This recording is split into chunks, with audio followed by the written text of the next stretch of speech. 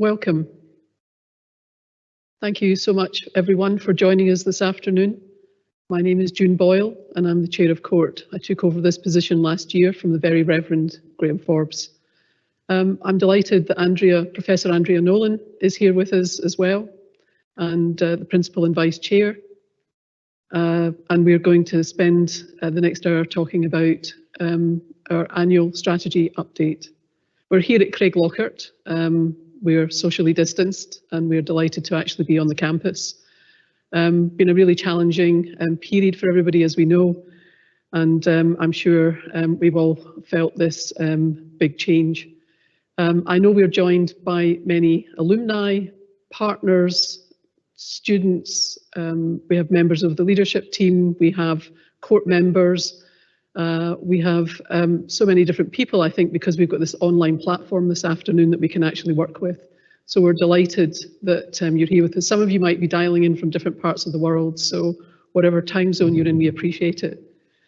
I think we want to spend some time on the headlines in terms of the 2019-20 plan, and that does seem quite a while ago given everything that's happened, and obviously spend time on the strategy in terms of the direction we're heading now and how that's shaping up.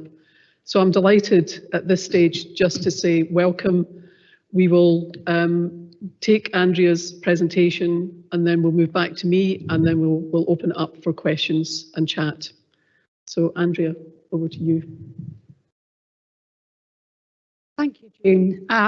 Yes, great excitement that we're back on our campus today, and although we don't have people in the lecture theatre, it's lovely to be able to connect with so many people to tell you about our performance and achievements over the last academic year.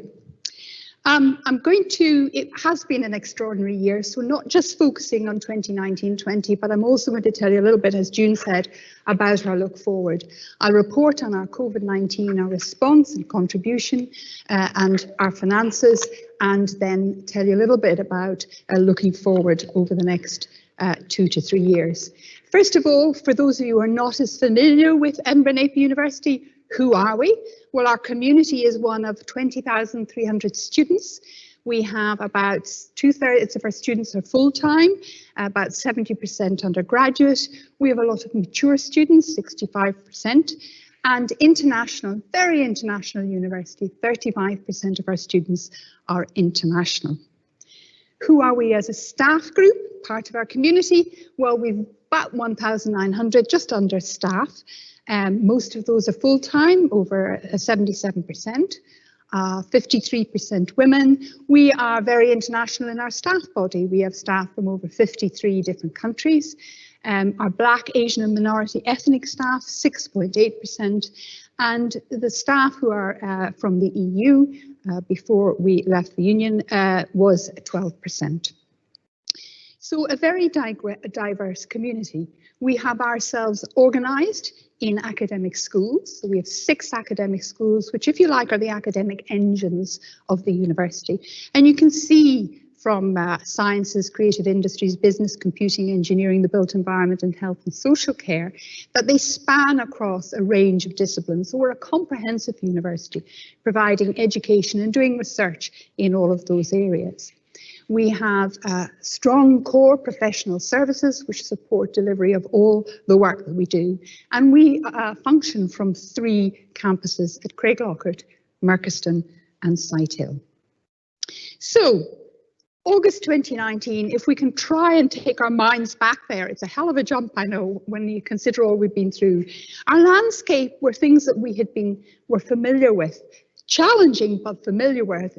Issues around sustainability of our environment, our campus, political, the impact of Brexit, changes worldwide. Because we're an international university, we have to be cognizant of political environments worldwide, looking at really driving inclusion in our student and staff population, increasing emphasis on student well-being and young people's mental health in particular, recognising there's a huge demand for higher education all over the world, issues with the sustainability of funding of the sector in Scotland, and very cognizant of technology and how it was disrupting sectors, although we hadn't been really pushed quite as fast and as quick as maybe some. And then along came COVID. In February, we began to be very aware that this was looking as if it might become a really serious issue. But first of all, let me report on our achievements looking back on 1920. So it was the last year of our strategy, 2020, driving distinctive, building success. You've had a headline there for the future. Building success, which was a 6-year strategy. Our vision, our purpose, delivering high quality education and research to add value to our communities. Around 4 key values, very important to us, being professional, ambitious, innovative and inclusive. And we'd 4 strategic objectives: to grow our academic reputation, to deliver an excellent personalised student experience, to internationalise our work and to build innovation, enterprise and citizenship. And in that latter, by goodness, my goodness, did we have to draw on those qualities in our staff and student community to really manage our way through the pandemic. This was a summary of our path. Now, I know there's a lot of information here. You don't need to go through it all. I'm happy to answer questions. On the right-hand side, in the blue column, labelled S2020, they were the goals we set for ourselves in 2014. 6 years ahead, we took a look and said we'd like to be in this situation with metrics, because we do measure our performance on the number of postgraduate students, student satisfaction as measured with the National Student Survey, research and contract income, staff engagement, a range of things which are captured on that slide view. And I think the key element for our performance for 1920, which is the title flagged in yellow, is that most of the areas are green. And some of them, for example, our postgraduate community, are green by a long way. So we have really surpassed ourselves in becoming really driving growth in our postgraduate community. Similarly, with international students on campus, with various other areas, with reduction in carbon emissions.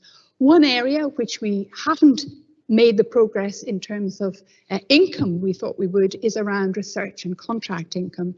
And this year that was significantly depressed because of COVID, but I'll come back to that. However, in terms of growing our research community, we set ourselves a target of staff on track for REF. REF is a research excellence framework. It's an exercise that happens every 6 to 7 years.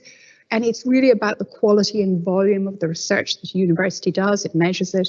So we set ourselves a target of 200 staff to be entered for that. And in actual fact, we surpassed that for 251. So a really strong basis for us to move forward. We didn't hit our budget, our percentage contribution, and I'll explain because of COVID. However, things are looking good for the future. How might others, how might you, what might you read about that actually impacts in terms of the recognition we have at Edinburgh Napier University?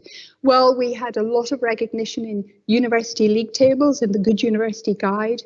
We rose to 62nd place, which is across the whole of the UK in excess of 130 institutions. The Guardian, we rose to 63rd place. The National Student Survey, we were delighted, 86% of our students agreed that they were satisfied or very satisfied with their experience with us. We're the #1 modern university in Scotland, which was a really tremendous accolade for us. And in terms of our entrepreneurial impact in spin-out successes and startups, etc., we've ranked 6th in Scotland. So a lot of really heartwarming recognition, but recognition for the staff that they're doing a really fantastic job. But of course, the numbers are one thing, and it's what we report on and track ourselves. But behind those numbers are the people doing amazing things across the university. On the top left corner, building sustainable homes. That is a group of people led by Francesco Polponi from our School of Engineering and the Built Environment, who have been designing and building sustainable homes to be used in Jordan and other places where there are significant refugee crises, to make sure they're sustainable and people have comfort and safety in living there. We have Professor Emma Hart, who is in our School of Computing, who's looking and developing the robots of the future who will be able to go and do things like, I guess it was originally in the oceans and in hospitable places, but from what we see now, could even be on Mars, that some of Emma's technology will be used in the future. Policy development, this just shows you Leslie Ann Barnes-McFarlane, who has contributed to the reform of the Family Law Bill. It just shows you the breadth, Leslie's in our business school, the breadth of our expertise and how we are making an impact on people's lives.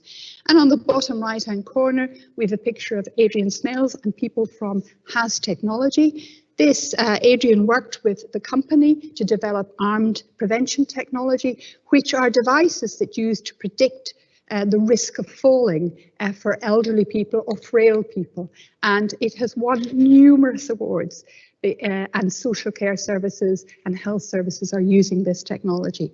So I hope that gives you a real feel for what is being done in the university. Some other people, Associate Professor Liz Aston, who is chairing the Independent Advisory Group to Scottish Government on how the ethics behind the use of technology in policing. We have Dr.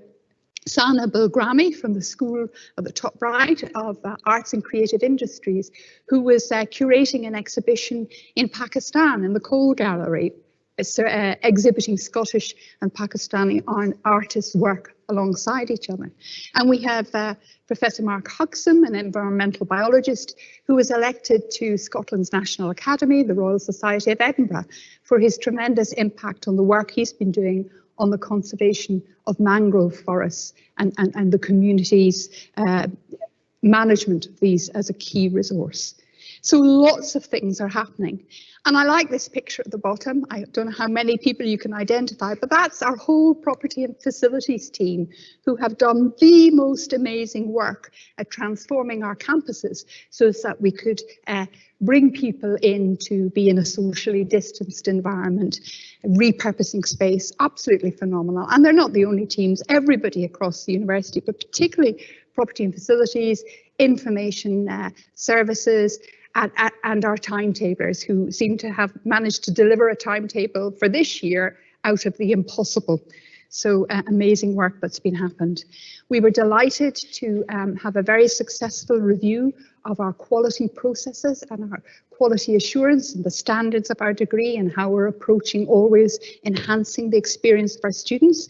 That is a Scottish requirement which institutions undergo, and we received a raft of recommendations, including our approach to widening access to students who come from more disadvantaged students. So great recognition there.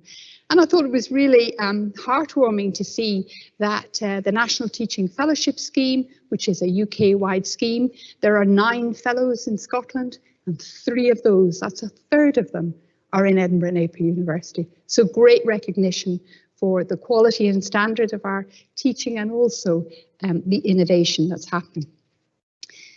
I think our future's in great hands. We see the students that are passing through, that we're touching with, developing them as they go on to career paths. Myriad of awards there. You have students from the School of Art and Creative Industry who won Creative Advertising Awards, UK-wide.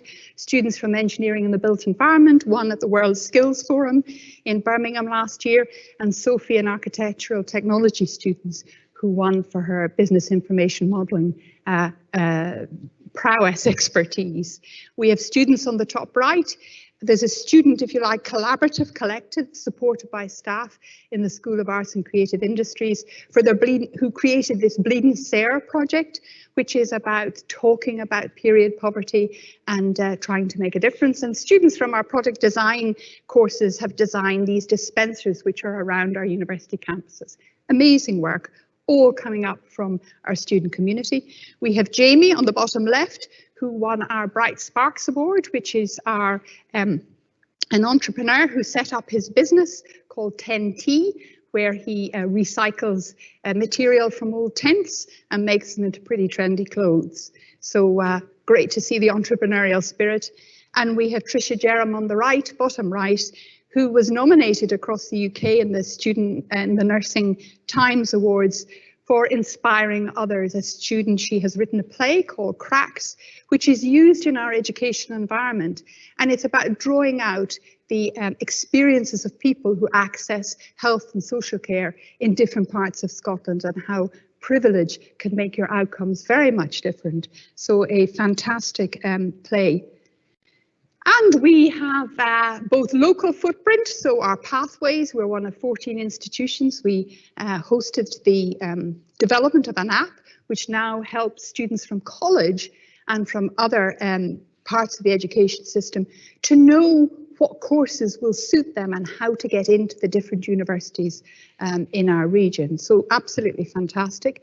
We graduated 1,336 students overseas the last year. Some of them we couldn't see, some of them we did see, but it just shows you the impact of Edinburgh Napier Reach.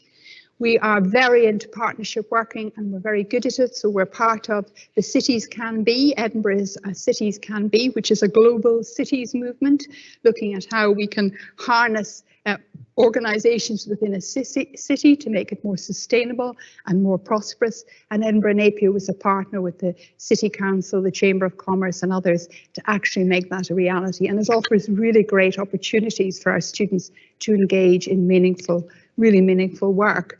We are a founding member of Eureka, which is an organisation of European universities, so important to us now to keep connections and indeed build them as we have left the European Union. And on the bottom right, you can see some of the members of our Department of Learning and Teaching Enhancement who deliver now online developments, our learning and teaching education programme. Two very key partners for us in Guangxi University of Science and Technology, which is based in Luzhou in southwest China. And they are very good partners, and we've got an excellent relationship which is ongoing.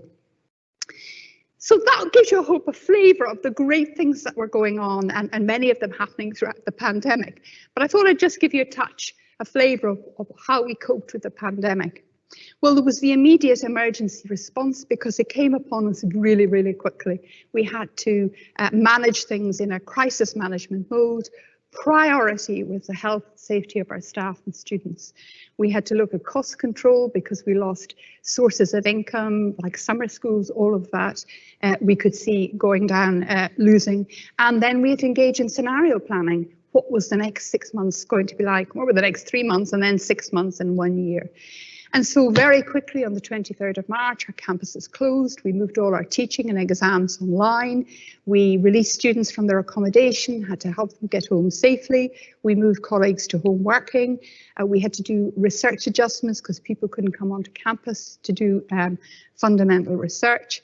And of course, we're so reliant on technology. We did a huge drive through our IS team for IT support for our staff and our students. So they were like the things we had to do almost within week one.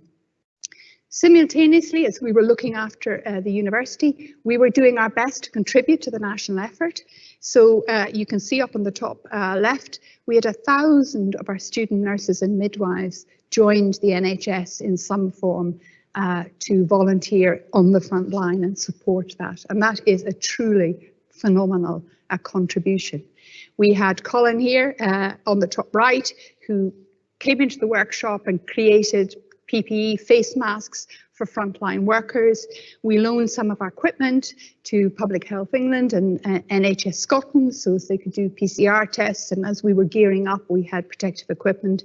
And there's Amir and Lucy on the bottom right, who in their different disciplines were supporting, received funding from Scottish Government to support research that would help us cope with the pandemic.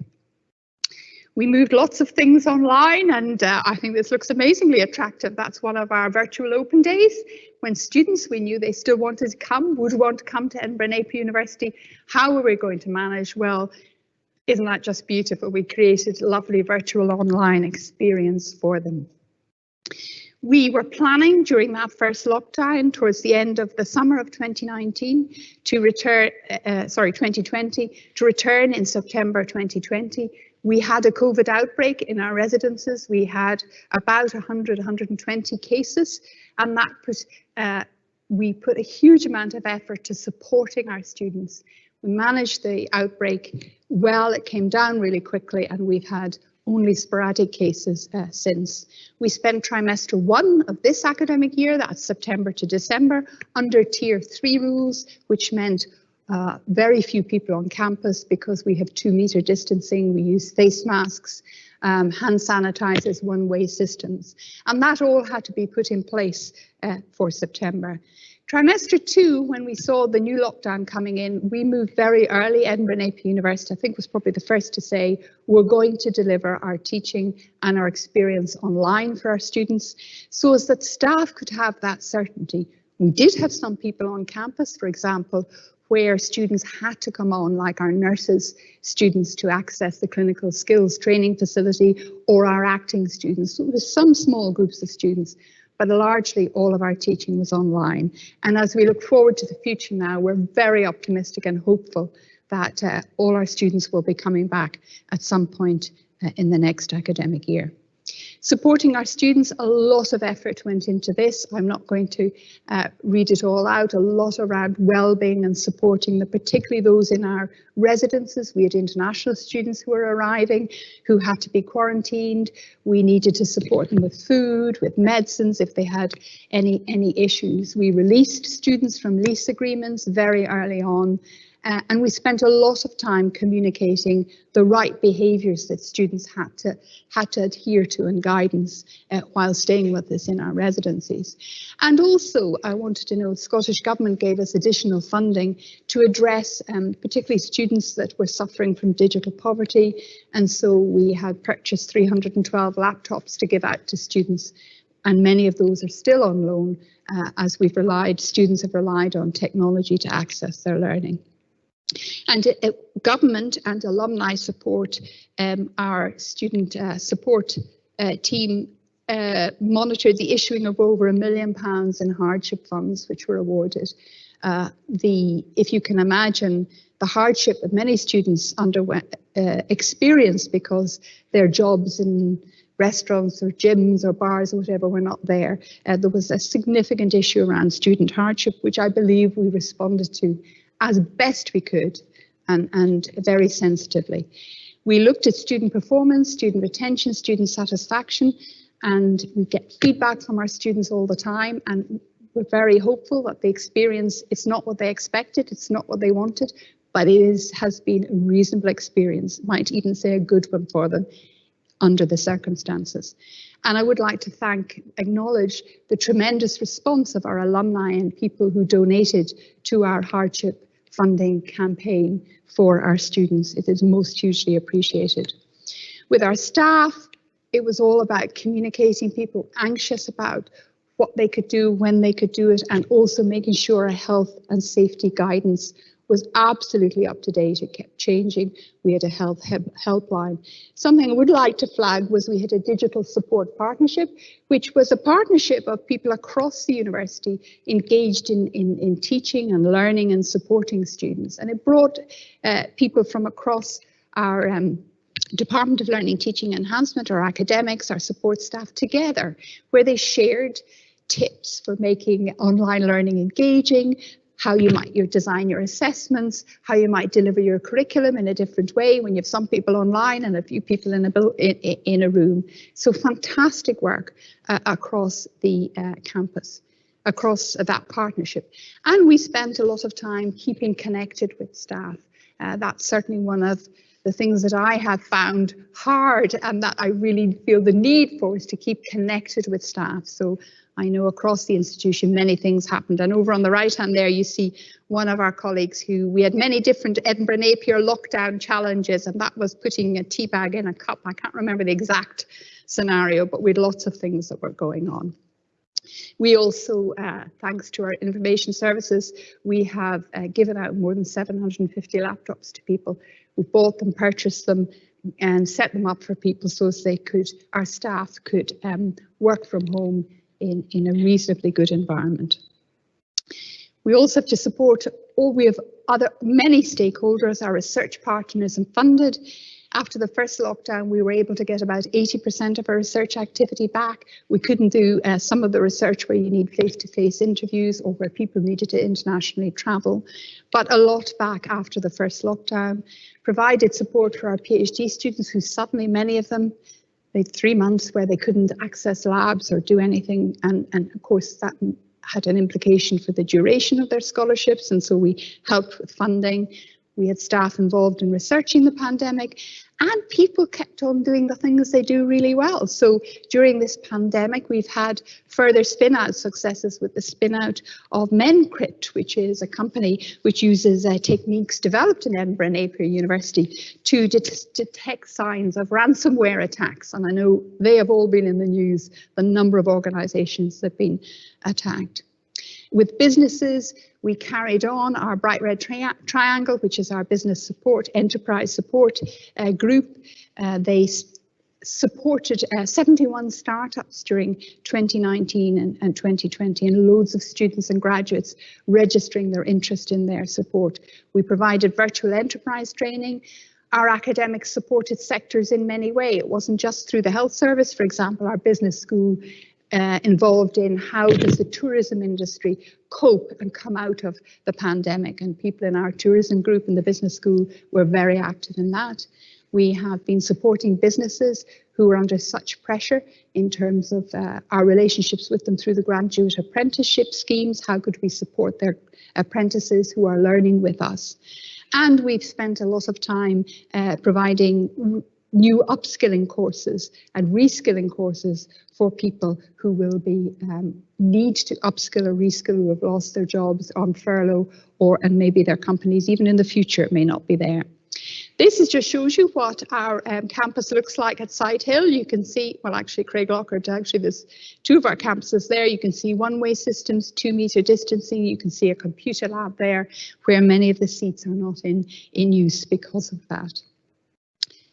Adapting and innovating. I like the picture on the left. That is a space we normally use for in our library, and that's some of our nursing students who are doing their clinical skills training in PPE because we needed them to do that. On the top right, you can see some of our staff who are answering questions at our postgraduate open day for people who want to join us. And in the bottom right, you can see some of our music students, which was really lovely at Christmas, giving us a lovely concert of Christmas music, most enjoyable to keep us all, keep our spirits up. Financial overview, well, our accounts are published. I would like to say that over the last 3 years, we have had strong income growth of 9% since 2017-18. I've highlighted in pink the 2019-20 academic year. Our income was 127 million, and you can see we recorded an operational deficit of 0.9 million, which in light of losing a lot of our accommodation income, research income we couldn't take in and spend, the summer school activity, our residences being out for summer schools was a remarkable achievement. And for this current year, we're forecasting a significant surplus of 3 million, and that's thanks to the hard work of staff across the university, and an income of around 129 million. Focusing on, we have focused over the last, probably since 2016, on strengthening the balance sheet so as we can really invest in our estate and our infrastructure. Our net assets have been increasing until just 1920, when they were impacted by pension valuations, and you know there's significant issues with pensions at the moment. But our net current assets have improved a measure of our liquidity by over nearly 25 million since 2016, which is a hugely positive situation for us to be in. We have currently around £50 million in cash reserves in the bank. We have low debt in terms of, compared to the rest of the sector, about £10 million.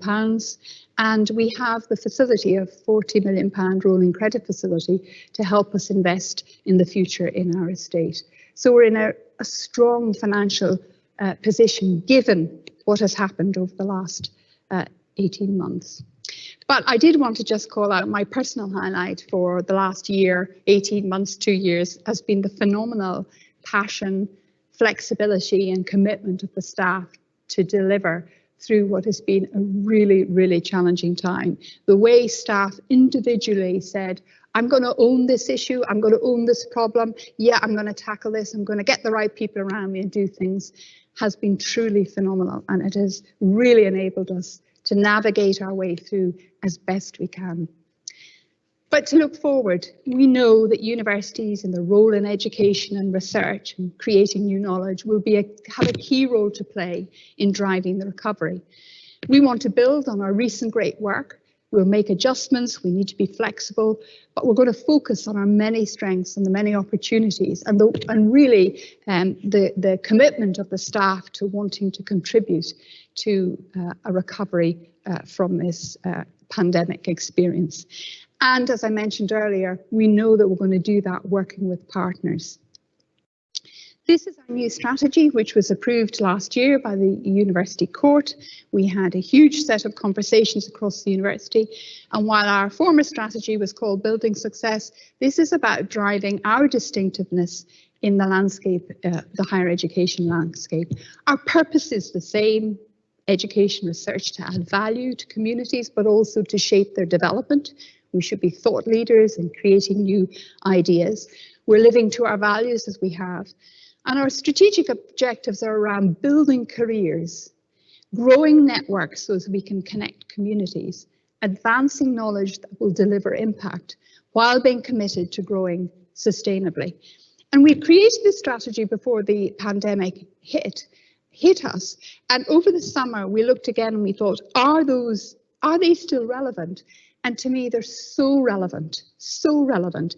We want to create opportunities for our graduates to have successful careers, recognizing that what they planned maybe 2 years ago, that may not be in the horizon any longer, and they may have to adapt and flex. So we want to give them the right skills and attributes. And similarly, we want to do that for our staff. And I think one way of doing that is growing our networks, being involved as key good partners with our alumni, with government, with industry, with business, with the third sector, so that we can grow our networks to connect communities, which will help us create opportunities for our students, but help us deliver the third objective, advancing knowledge. Because we're not in the business of doing the basic research around, physics or areas like that. What we do is superb research that delivers impact in our communities. And obviously we want to really play our part in contributing to a more sustainable and really addressing the environmental challenges. So we've committed to net zero carbon by 2030. We have 9 transformational actions. I won't go through them all. They are phase 1 of this strategy. There's many more details, little video clips and films of what all this means on our website. So please do take time to browse there. We have underpinning strategies that will really show our staff and our students and our stakeholders how we're going to deliver those 4 key top-line aims. But one of them I will pick out is we're establishing an innovation hub. It gives you an example of one of our transformation actions. And that is about reaching out to all our stakeholders and saying, we want to work with you, we want you to work with us, to join us in really making the most of our research and academic excellence that exists across the university. So come and innovate with us. We are aligning our academic excellence around 2 themes of well-being and sustainability. Within that, we're focusing on health improvements, artificial intelligence and advanced technologies, the environment, and communities and culture. So all of those areas, we want to work with partners to really advance knowledge. We're here for you, for businesses and for communities in terms of developing the workforce. We want to deliver more work-based learning like the graduate apprentice model, short courses, and we want our employers from across sectors to join with us in developing our curriculum. We want to really drive the entrepreneurial ecosystem and get people to join us and make avail of the skills and talents we have, and also help engage in our purpose. So our innovation hub is, if you like, an umbrella for many activities that are really going to deliver on creating new knowledge to deliver impact, as mentioned in our headline strategy. And finally, we just wanted to really, I hope what we've managed to bring out in this presentation about the past and looking to the future is we really believe as a community we are the home of difference makers. And I passionately believe that it's not about some big iconic heroes doing A, B or C, but it's really about everybody understanding that each of us can make a difference to the communities in which we will live and work, and hopefully shape them for the better. So at that point, I'm going to end. Thank you for your attention, and I'll pass back to June. Thank you, Andrea. I hope you found that informative. As I sat and listened, I realised that I've had 9 years so far sitting at court with my colleagues, being part of this journey that has been shaped by Andrea and the leadership team, the staff, and all the students that have come through the university, certainly during the time I've been part of this. I think, I hope you can tell that there's huge confidence in the way that the university has evolved, the strategy we had, the way that learning, teaching and research is continuing to evolve, and the confidence that the university is building as we move into this new phase and this distinctiveness, which I think is oozing confidence in terms of how the university continues to make a difference, have an impact and create sustainability. I know that my court colleagues would be happy for me to say that we've had to adapt and make sure that we've also supported the university in whichever way we can by support and challenge and any expertise that we can bring. And we've been delighted to do that. And undoubtedly, none of this could have been done without the leadership and the staff and the students. So we thank everyone for the resilience and creativity that they've brought through this period. And we're excited to see the difference that Napier will continue to make with all your contributions as you've come onto this online this afternoon. And we thank you for that. So without further ado, what we'd like to do is open up the chat, which if you haven't already been putting your questions in, Lauren's going to facilitate that. And then we're going to spend more or less the next 20 minutes as scheduled to answer those questions as best we can. So thank you. Thanks, Andrea. Okay, good afternoon, everyone. Lauren Grant here from the university's communications team. Plenty of questions coming in for Andrea, June and the university leadership team, but just a quick reminder that if you do want to ask the guys a question, if you go to the Q&A icon, you'll see that it should be on the top right hand side of your screen, and we'll just dive straight into the questions. So first question. What progress has been made in the quest for AACSB accreditation for the MBA programme? How far out is accreditation, as it seems to be dragging on much longer than expected? And why are updates no longer being shared on the university website, where there is a page specifically for this purpose, but it has not been touched in at least 4 or 5 years? Thanks for the question. I'm not aware about the website, but I'll tell you how we're getting on with the AACSB. The AACSB accreditation is going very well. It's a school accreditation which will cover all the programs run by the school. If I remember rightly, we hope that the journey will be complete in 2022. It is a long process, because it's a very significant accreditation. We have updated our website about our journey and the strategy of the business school. We're not allowed to actually mention AACSB until we have the accreditation. So maybe that's something that isn't quite so clear on the website, but we'll look at that. Okay, next question comes from Mustafa Al-Salman. Any update regarding the graduation celebration event? I saw an update stating it will be showing names in public. Please advise if there's any update. Thank you. I'm going to pass over to Jeff, who I hope is on the line. Jeff Day, who's our Interim Director of People and Services and looks after all our graduations. Thanks, Andrea. Yeah, absolutely. Obviously, a physical graduation ceremony is the very heart of what we do in the academic calendar year in July. And so it's not a decision that we took very easily to move the July ceremony this year into the virtual environment. But we have done that. I don't want to give too much away, but suffice to say, we will be celebrating those graduates of 2020 and 21, remembering that both those years have missed out on that physical ceremony due to us adhering to the government guidelines at the time and just being quite precautious around that health and safety advice. So, and that doesn't look like it would change substantially enough in time for July. So that is why the July ceremony will be a virtual one. But rather than just something online, we're doing something a little bit bold, something a little bit exciting. There'll be a bit of a city takeover, thanking our students, recognizing their achievement and showing our pride in them and the city's pride in them too. Don't want to give too much away because it will spoil that surprise element, and that's baked into a lot of what we're trying to do.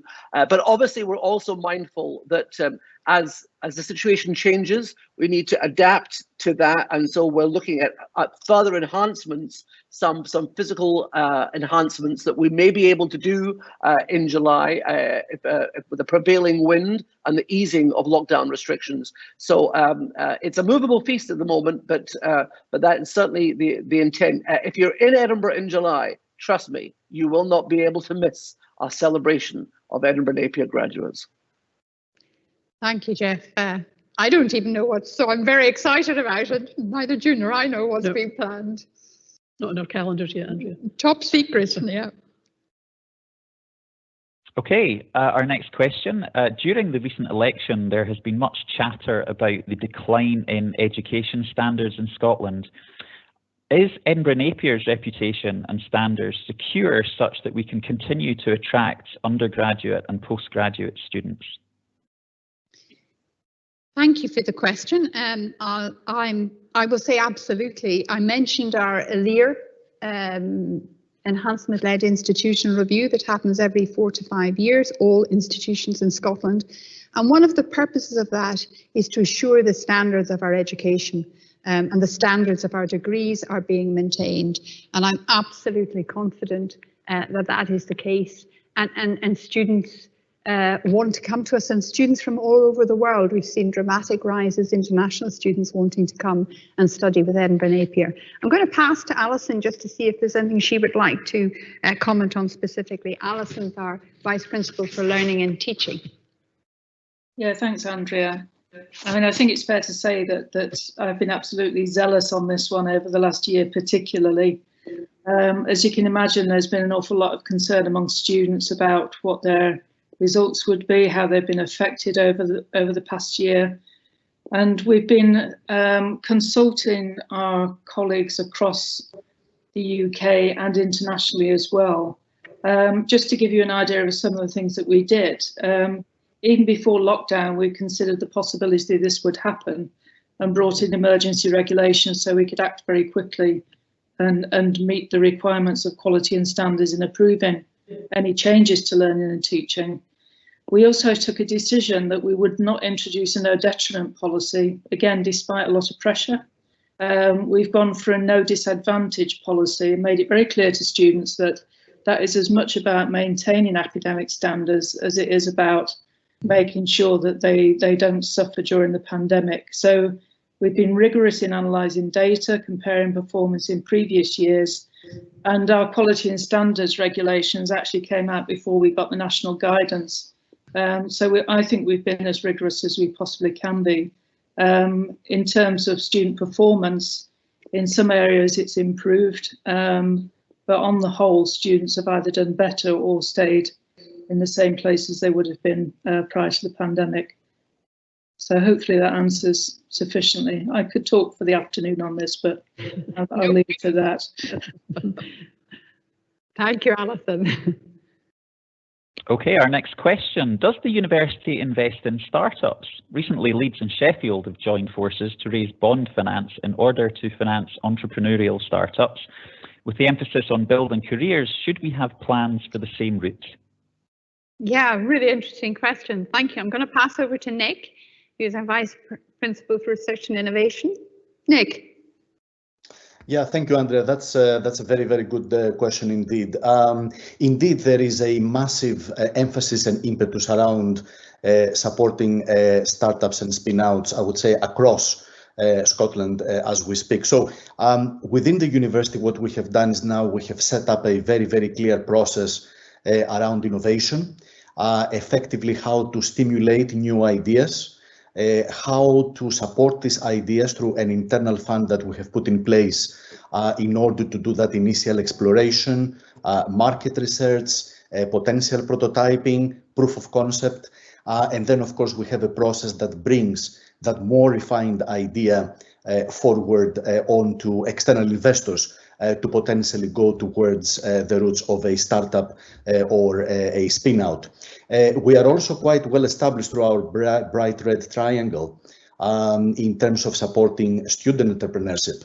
And indeed, through that particular service that we offered, we have really supported dozens of student startups during the previous year. And I think we were one of the best universities in Scotland in achieving that in the previous academic year. So we are putting a significant strategic emphasis and fund in place to be able to provide that initial stimulus and funding for those ideas, a clear process and a number of dedicated personnel working with the academic teams in order to be able to bring that idea to a better level of maturity, all the way up until the point when we really engage with external investors and hopefully reach the point of launching a startup or a spin-out. But Andrea, I hope you don't mind if I can also ask Andy McGough, our Director of Finance, to also comment on this as we are working very collaboratively on that particular subject. That'll be very helpful because Andy's been heavily involved in our spin-outs. Andy. Hi, good afternoon, everybody. Yeah, I think so. Nick's explained the process for identifying the new opportunities, the spin-outs, which we can create as a university. In fact, over the last 12 months, I think we've now created four live spin-outs. And what we do is we put in our own seed funding, we provide our own resource. And then once the entities reach a stage of maturity, then we've got close links with private equity organisations, angel organisations, and that's really where we bring in the more serious money. So in recent times, in fact, a few weeks ago, one of our spin-outs raised £6 million from the angel community. And another one, Celtic Renewables, which is just opened or just about to open its operational plant in Grangemouth, it's raised £15 million to date. So we've had some pretty successful startups raising pretty significant amounts of money, and you know that's hugely linked to our close relationships with the private equity world. We also sold, I don't know if you noticed in the financial slides earlier, we actually successfully sold one of our spin-out companies, which was a tech company acquired by a large American corporate. And actually, because of our shareholding, we managed to make some money from the sale of shares. And that, in turn, allows us to reinvest in this activity as well. So we're creating quite a nice kind of eco-culture in this whole area. Okay. Thanks very much, Andy. We'll move on to our next question. We often celebrate work that is visible or work that fits certain definitions of impact or public engagement. This is great, but the feeling is that the core activities of research and academic publication are not being recognised at all, and this is a worrying trend. Can you provide some assurance that Edinburgh Napier values the peer-reviewed books and journal articles that staff continue to produce? Thank you. I'll make a comment before I pass to Nick. We absolutely value that. Those core impact is, if you like, further down the line. We absolutely value the core publications and the research that everybody does. In fact, we're really driving hard on that. And that is the basis of our submission to the Research Excellence Framework. Nick, do you want to make a comment? Thank you, Andrea. Yes, I would very much like to. Again, a really good question. So, firstly, in the context of independent peer review, that is indeed the cornerstone of academic work. And one of the things that we do within the university, as we are allocating research funding for different types of work and across our 6 academic schools, we are effectively replicating the process, and we are creating our very own independent peer review panels that assess propositions really based upon that particular merit. But going to the core of your question in terms of valuing and recognizing research outputs in all their types and forms, from journal articles all the way to art portfolios, the answer is absolutely yes. Firstly, through the Innovation Hub website that we are launching, and Andrea showed a little bit earlier on, we are planning to create a much easier and user-friendly way for external stakeholders to be able to explore our research, to explore our publications and the difference that these publications are making. We are also planning that quite a few of our news items and updates on that website will very much be driven by our research outputs and the potential those outputs create for some fantastic work to come into the future.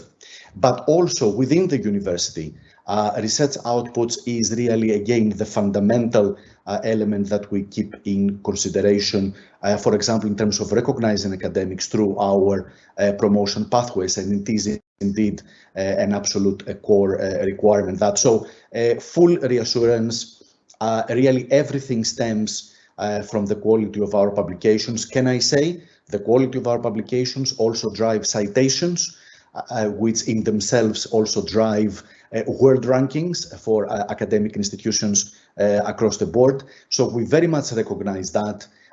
We really support our academics to be able to publish in better journals, in stronger venues going forward. And we hope through the Innovation Hub to be able to be much more effective in showcasing the fantastic portfolio of research outputs that we have. Thank you very much. Good, thank you. Next question.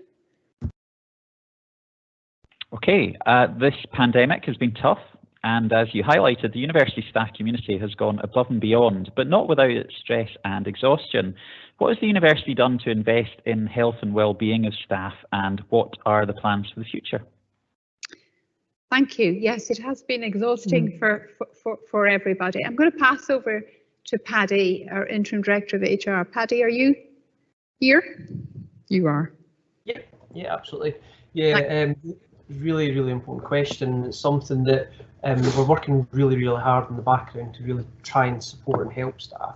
One of the things that we did probably acknowledge and really work through last year was that there is an abundance of resource material out there and support for people, but sometimes it's a bit hard to work through because there is so much. So we developed and launched a health and wellbeing plan in October last year, and it's now published on the website. And part of that is really trying to come up with a calendar of events, calendar of activities, really to support people throughout the year and help people. A couple of things we've done, we've created workshops, we've created a lot of lunch and learn sessions that on stress is one of the topics of that question, which have all been really well attended. Last month being Stress Awareness Month. This week is actually Mental Health Awareness Week.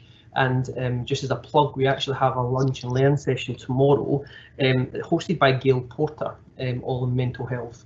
So again, if people can attend, that'd be really great. From a recognition piece, we recognised the hard work that people did over Christmas and over Easter with a few additional days, and we'll be working closely again with the health and wellbeing team just to think about what else can we do. But again, any suggestions or any concerns that people have, please do feed into the team. There's lots planned over the next year. Thanks very much, Paddy. Next question. With regards to career advice and placements within different markets, what is the university doing to assist fellow students who studied via distance learning? Thank you. Naomi, are you happy to answer that question, or Jeff? Yeah, I can answer, Andrea. Thanks, Naomi. Oh, sorry, Naomi. Naomi is our Vice Principal for International and Student Recruitment. Thanks, Andrea. So all of our students have access to our careers service and the support offered by the Student Futures team, whether they're studying on campus or at a distance. We recognise that we have many students who would normally be with us in Edinburgh studying remotely at the moment. And in some cases, they have work placements embedded in the programme. So we have been supporting all of our students who want to do placements and who are studying at a distance to do so. In terms of our distance learning programmes, we recognise that many of our students studying on the online or the distance learning programmes are already in work. So there's not usually placements embedded into those programmes, but we do ensure that the curriculum has that same focus in relation to employability as well as our on-campus programmes.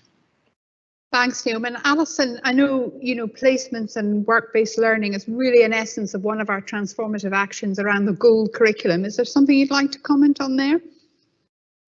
Yeah, I think there's two aspects that we'd be looking at. So the gold standard curriculum is our definition of excellence in learning and teaching, and we'll be working over the next few years to ensure that all of our programmes meet these excellent expectations. And one aspect is employability, and that's as much about the design of the programmes as it is about the support that we give our students when they graduate. So in terms of building employability into programmes, as Naomi said, there are a large number of our programmes already that have placements as part of the programme, but we're seeking to make even more connections with employers and businesses as we develop our new programmes, working with advisory groups, but also with those that are perhaps new to Napier, so that they can offer suggestions as to areas of development of our students to make them even more employable than they are. So that will be part of programme design that we're starting to enhance over the next year. Thanks, Alice. Okay, question from Andrew Fakerty. As an external user of the university facilities, the University of the Third Age understands that accommodating the return of staff and students is the priority. In this context, what is the likelihood that Napier will maintain its links with the community and loan space for U3A meetings? When may this resume? Thanks for that question. Yeah, it's been very challenging, hasn't it, with the restrictions around the pandemic. Andy, do you have a sense when, the University of the Third, when our communities will be able to access our campuses again? Yeah, hi again. So over the last month or two, we've been gradually reopening up our services as a university. So, for instance, we've recently reopened our catering facilities to provide, food and drinks to staff and students.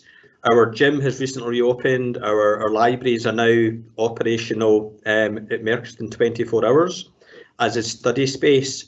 So we've been easing our way back into it as people come back onto campus, but getting the balance between getting a more active campus, but in a safe way, and the challenges that brings. So the next stage, and this goes hand in hand with government guidance, because we're a lot of that dictates what we're allowed to do, is to start to re-engage with the community, where we can host business partnerships, we can work with business, and we can host events, etc. So I don't have an exact date, but it's things are happening pretty quickly. And I think what I'd suggest to Andrew or to others is to drop us a note, drop your normal contract a note as well, and we'll work with you on risk assessments, because numbers and size of event is quite important in this context.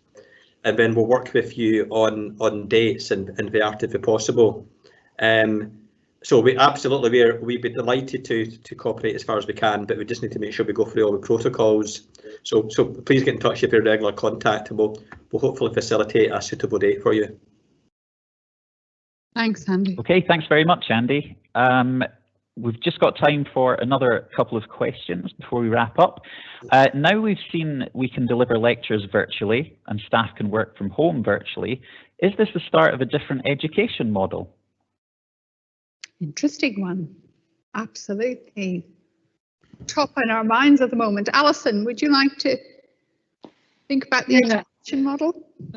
Obviously, the experience over the last year has made us look at how we do deliver not just learning and teaching, but all our activities within the university. And as Andrea said in her presentation, we've had the Digital Support Partnership project running now almost since lockdown days. We have a lot of expertise at Napier in blended and online learning, which was in existence long before the pandemic. This has just heightened attention to it. And as part of that project, we've got groups looking at how students have engaged, how they've experienced the different learning models, and that group is producing reports at the moment that we'll look at to see what positives have come out and what we would take forwards over the years ahead. We're taking a measured approach though, because it's really important that we don't do this as a knee-jerk to what's happened in the last year. So in planning for next academic year, it's as much about what we expect we're permitted to do as what we actually want to do. So I see this as part of an ongoing plan over the next few years, looking at what's worked well and what students are looking for. So I think it's opened up all sorts of flexible ways of delivering education that we had before, but this, as I said, has focused our attention much more on it, both within Napier, but across the sector as well. Okay, thank you, Alison. Our final question, I believe we've already answered that with the reply to a previous question, which was picked up by Alison around the gold curriculum with placement opportunities. That's all the questions that we have for today. So Andrea and June, I'm going to hand back to you to wrap up proceedings. Thank you very much. Great, thank you, Lauren. Thank you for that engagement and those great questions. Hopefully that's answered everything. I'm sure the team won't mind me saying, if you think there's anything you need to follow up with, please don't hesitate. I'd like to thank everyone for helping put this together, and obviously you taking time to reflect with where we are as a university and where things are going. And thank you. I hope you're beginning to feel the benefits of maybe the world opening up again, and that in a year's time we'll be talking more about the distinctiveness that this university continues to build, and that we can maybe see the opportunities that come on the back of this. So thank you, and you'll be pleased to know that the rest of the afternoon that Court and the extended leadership team are going to be talking about the strategic implementation. So we're looking forward to that. So Andrea, thank you so much. Thanks, Jane. And again, thanks to the team for answering the questions and all the support to put this together today. Thank you. Go well and safe. Thanks.